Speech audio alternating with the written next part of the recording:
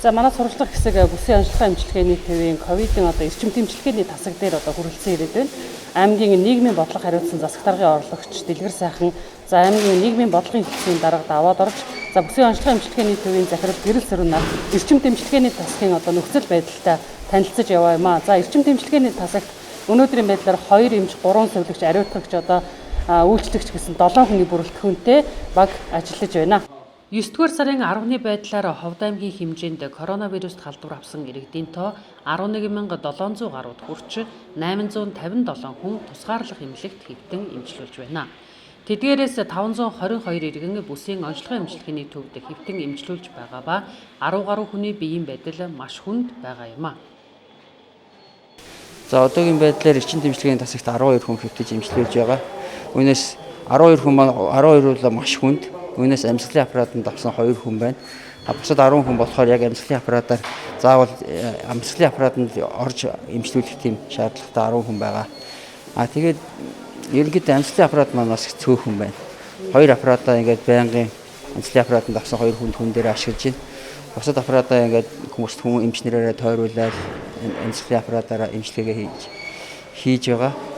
Ховд аймаг дэх бүсийн онцлогын эмчилгээний төв нь 400 гаруй эмч мэргэжилтэнтэй.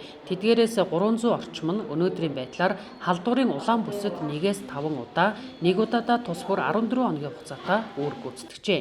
Ялангуяа эрчим тэмчилгээний тасагт маш хүнд онцтой өвчтөн хэвтэн эмчилүүлж байгаа учраас энд ажиллаж байгаа эмч мэргэжилтнүүд эрсдэл өндөрт орчинд хамгийн их ачаалалтай ажиллаж байгаа юм а. Тулгамдж байгаа гол асуудал юу байна вэ? Ачаал бол маш их байна. Өдөр шөнөгүй л энд үүргээ гүйцэтгэхэд ажиллаж байна. Тэгээд ер нь бол хүн хүчний л асуудал байна л да. Яг эмч нэмэлттэй бол зарим нь өдрөөр ажиллаад, зарим нь шөнөөр ажиллаад ачаалаа жоохон хуваалцаад тэгж ажиллах л байна. Бусдаар ч болоо айгүй дээ. Иргэн бүр халдвар авахаас урдчлан сэргийлэх, эрсдэлд орж халдварын шинж тэмдэг илэрсэн л бол цаг алдалгүй шинжилгээ өгч халдвараа илрүүлэх, биеийн байдлаа хөнгөн байгаа дээр эмчилгээндээ хамрагдах нь амнаас эрүүл мэндийг хамгаалах хамгийн чухал алхам гэдгийг бүсийн онцлогын эмчилгээний төвийн мэдээгүйжүүлэг эрчим тэмчилгээний эмч Эрдэнэбаяр зөвлөлөө. За иргэд маань ерөөсөө шинж тэмдэг янз бүрийн коронагийн хоолой уудах, ханиалгах шинж тэмдэг илэрсэн үед л шууд спортын ордны нэг цагийн үйлчлэгэнд хандаад шинжилгээгээ өгөөд юу яах хэрэгтэй байна л да. Шинжилгээгээ өгөх. Тэгэхгүй бол өөрсдөө удаад маш их хүндэрч ирж байгаа учраас энд хүндрэл маш их гарч байна. Аймгийн нийгмийн бодлого хариуцсан засаг даргын орлогч Дэлгэр сайхнаар ахлуулсан ажлын хэсэг коронавирус халдварын эрчим тэмчилгээний тасгаар орж нөхцөл байдалтай газар дээр нь танилцсан халдварын хамгийн эрсдэл өндөртэй бүсэд ажиллаж байгаа эмч эмнэлгийн ажилтнууд өвчтөн үйлчлүүлэгчдийн санал бодлыг сонслоо.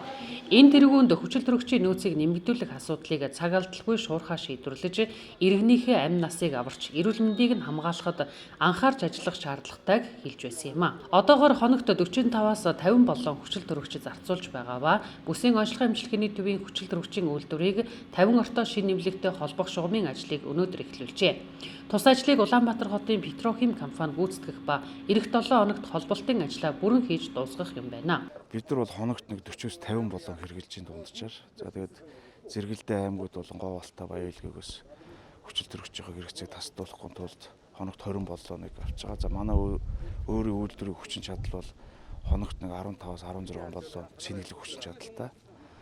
За саяхан бид нар аймгийн онцгой комиссийн хурал дээр санал тавиад 18 сая 700 мянган төгрөг шийдвүүлээд хүчил төрөгчийн үйлдвэрийг хүүхдийн эмнэлгийн 50 ортой энэ эмнэлгийн эрчим тэмчилгээний тасгийн ханын системтэй холбох энэ ажлыг санал болгосон. Тэгээ аймгийн онцгой комиссийн шийдвэрлээд өнөөдөр Петрохим гэдэг компани ирж гүйцэтгэхээр ажиллаа эхлээд ирээд зураг төсөлтөйгөө танилцаад ажиллаа эхлэх гэж байна. За ерөнхийдөө бол 3-аас 4 хоногт багтаад энэ хүчил төрөгчийн хоолой холбох ажил бол дуусчих байхаа гэсэн тийм бодолтой байна. Өнөөдрөөс ажиллаа эхлэх гэж байна. За ингэснээр бол бид нар зэрэгэлдээ аймгаас хүчил төрөгчийн боллоон зөөвөрлөдөг энэ асуудлыг бол шийднэ. Шууд үйлдвэртэйгээ ханын систем холбож байгаа учраас энэ хүчил төрөгчийн дутагдал үүсэх тийм эрсдлээс сэргийлж чадна л гэж хэлнэ. Ажлын хэсэг дараагаар нь нэг цагийн үйлчилгээний төвөөр орж нөхцөл байдалтай танилцлаа.